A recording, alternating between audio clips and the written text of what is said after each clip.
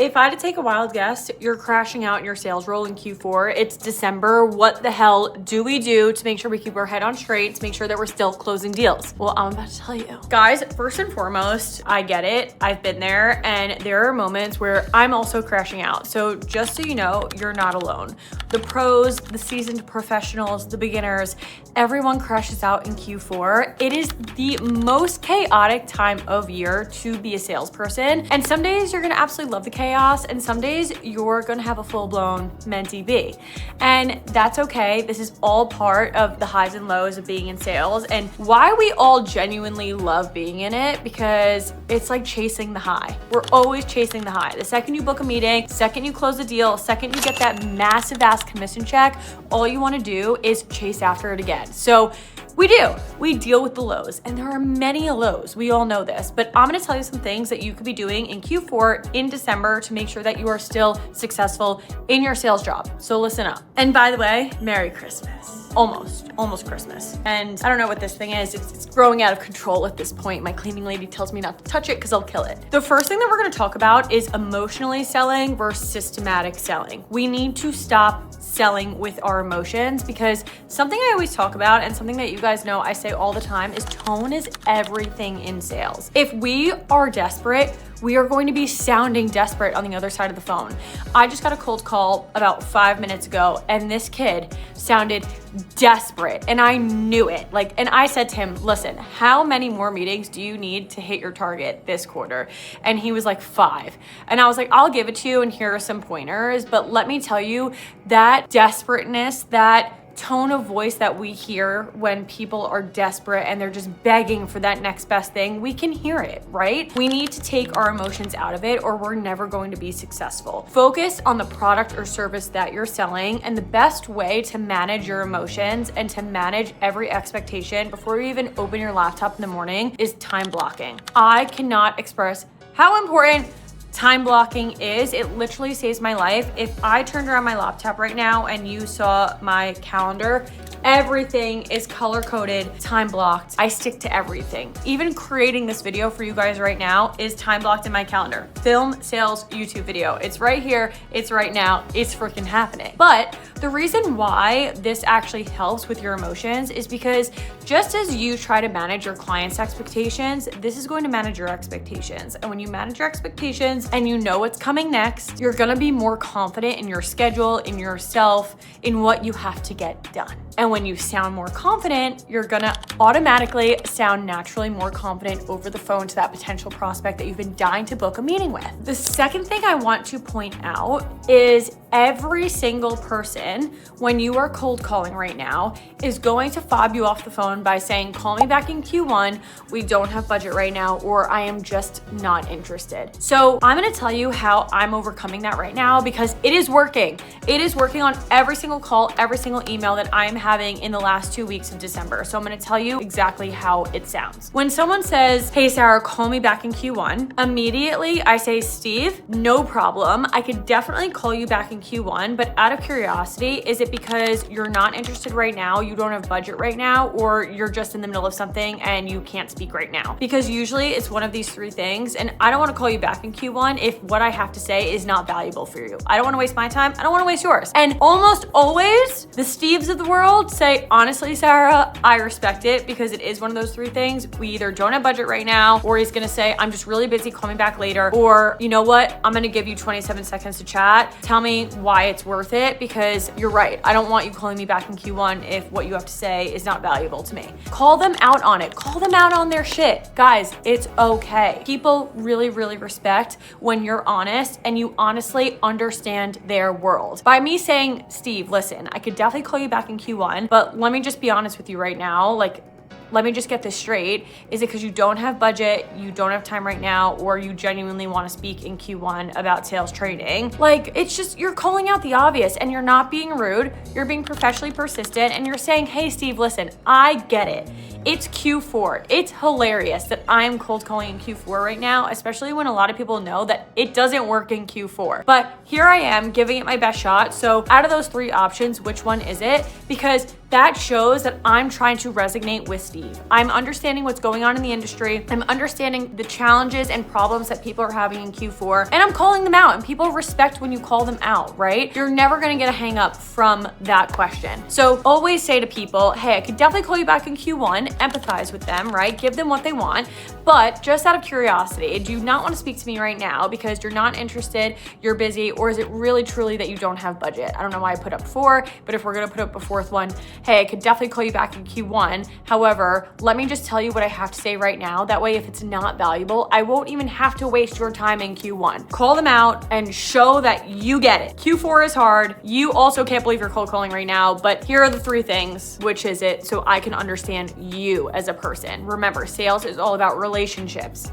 We have to build those relationships, especially in Q4, which is exactly why I'm going to go into point number 3 right now, which is acknowledge the fact that it is the holiday season. It's Hanukkah, it's Christmas, it's happy freaking New Year, 2026, here we go. But you wanna be starting every single call right now with, what did I catch you in the middle of? Let me tell you, this is the best opener, especially this time of year, because you are gonna get the craziest responses. Also, by me calling someone out of the blue saying, hey Steve, what did I catch you in the middle of? Steve's automatically gonna think that he knows me, because why would someone he's never spoken to before be asking him in the first 3 seconds of a call what he is currently doing in that moment, right? Every single person answers this question because they assume they should know who you are. I've been getting responses like, oh, I'm wrapping presents. Oh, I'm Christmas shopping. That is the best time to start building rapport and building a relationship with that person. Forget the sales. Forget what you're selling. Forget the product or the service that you're trying to sell them. What you're trying to do is build a relationship. I have given this example on so many of my webinars in the last few weeks, but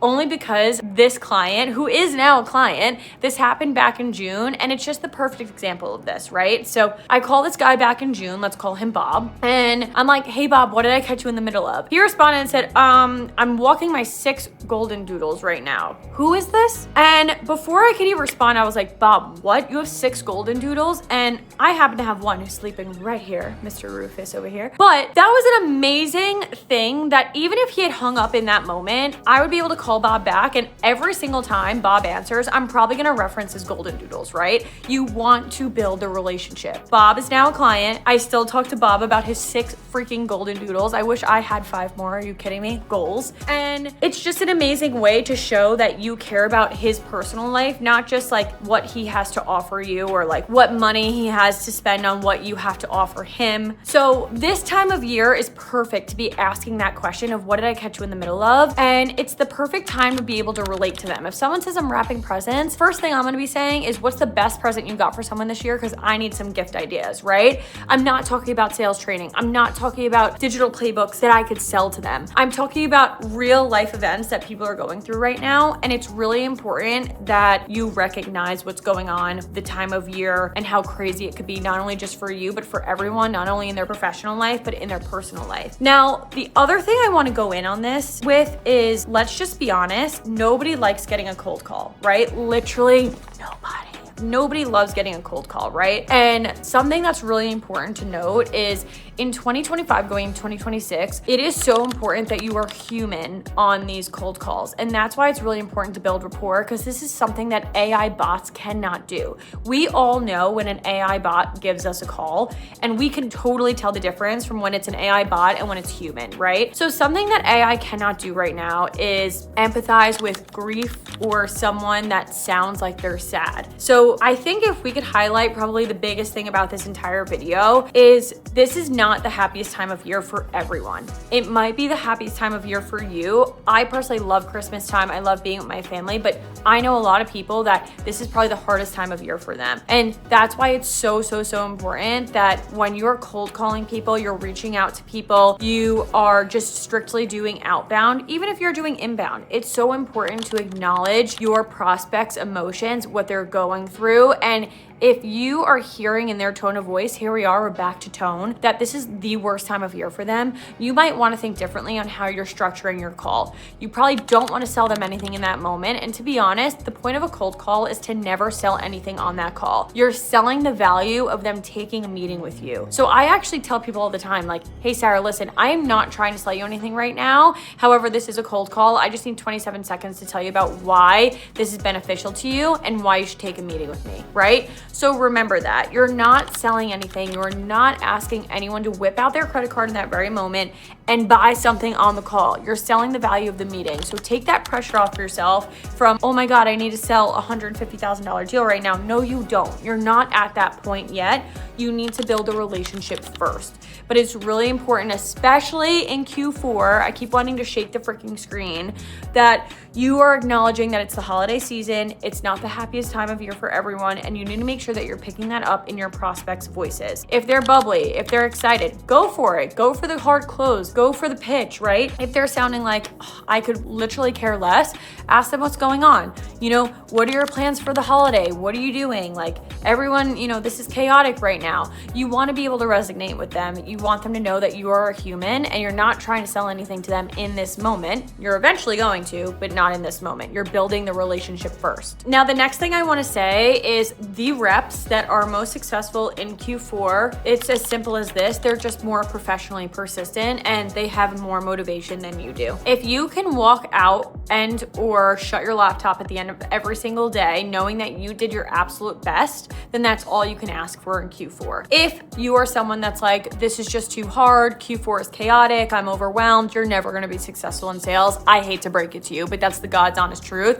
Q4 is the ultimate test of a salesperson. And if you could get through this successfully, you could get through any single month and make as much money as you possibly freaking can, okay? That should be your motivation right there. But one thing I really want to talk about in this very moment, accountability. That's what I want to speak about right now is accountability. If you are targeting yourself, even though you might not have targets this time of year because a lot of salespeople are off, you want to hold yourself accountable. So something that you really want to be smart about is how many calls you're making this time of year. I say rip it. Rip as many calls as you possibly can. Don't forget the 9 before 9 and my 5 after 5 method. This is the best times to call. Your 9 hottest leads before 9 a.m., before they're getting into the office, when they're ordering their Starbucks, ordering their Dunkin' Donuts, whatever they might be doing at this very moment. Call them before they get busy. You're doing them a favor. Same thing after 5 o'clock. How many C-suite level executives do you know running into an internal or external meeting after 5 p.m.? Not a ton, right?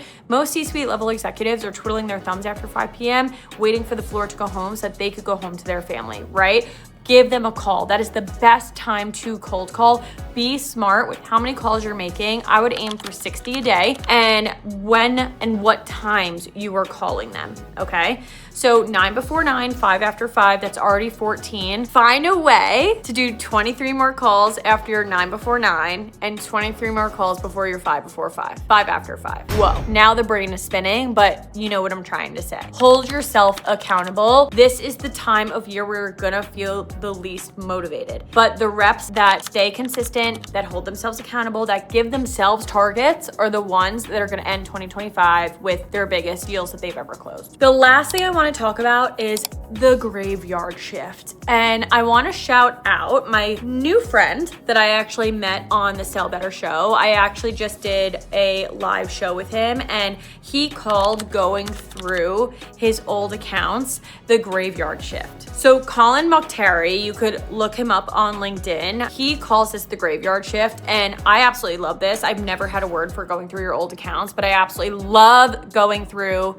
now what I call the graveyard shift because of Colin. And if you are in a place where you're like, I have no pipeline, I literally have no idea where to start, I'm doing outbound like crazy, nobody is answering me, go through the dormant accounts, go through your old accounts, go through your cadences that you were calling 8 months ago, right? Timing is everything in sales. And although Q4 might be the worst time for most people, who knows? 1 or 2 people from your graveyard might be thinking, oh my God, actually, timing is perfect. We have budget for 2026 and we need to spend it in the next 5 days, right? Timing is everything in sales. Do not give up on your old leads. Worst comes to worst, if nothing is taking off for you, go do your graveyard shift, go through old accounts, resurface old conversations that you've had with them, and make sure that you can say something that reignites their memory from previously speaking with you or speaking with the company, whatever it might be. And don't forget, it's okay to just jump in and say happy freaking holidays. Hey, do you remember me, right? Remember to acknowledge real life, what's going on, industry, real life, holidays, time of year. Reference anything that is relevant. Now, the last thing I want to say is if you are a brand spanking new rep, like you started on December 1st, God bless for anyone that had a start date for a very first sales role as of December 1st, 2025. What I want to tell you right now is don't put pressure on yourself to be insanely successful in your very first month. My biggest tip to you is put on some holly jolly freaking music, make your cold calls to it, and just stay positive and take it all in. Take in the chaos, take in the experience of cold calling during the holidays, take in the good calls that you have, take in the people that curse you out, have fun with it. It's not that serious. It's not that serious. Seriously. Just enjoy it and rely on your colleagues around you to get you through. But seriously, if I was a brand new rep, I would just be putting on some Christmas music, enjoying every single day and learning as much as I can, asking a lot of questions. Just remember, don't put too much pressure on yourself. You're brand spanking new. And next year, this time, you're gonna be closing deals left and freaking right because you're gonna be killer at sales. I actually think I forgot to introduce myself, but most of you guys follow me on TikTok and Instagram. And I just wanna say thank you for all the love that you guys have sent me after finding out I made Forbes 30 under 30 last week. I am literally in shock under the education category, mind you. Meanwhile, this is someone that never even wanted to go to college. So I just want to thank you guys so much for all the love and support that you guys have sent. I am sharing sales tips constantly on my YouTube, so subscribe there, and my TikTok, Instagram, and mostly LinkedIn, and I'll drop everything below, but I'm going to be dropping everything. But my name is Sarah Uy. I hope you guys enjoyed, and I will see you soon. Bye guys, and good luck and happy freaking hunting. I hope you close the biggest deal of your life in Q4. Bye.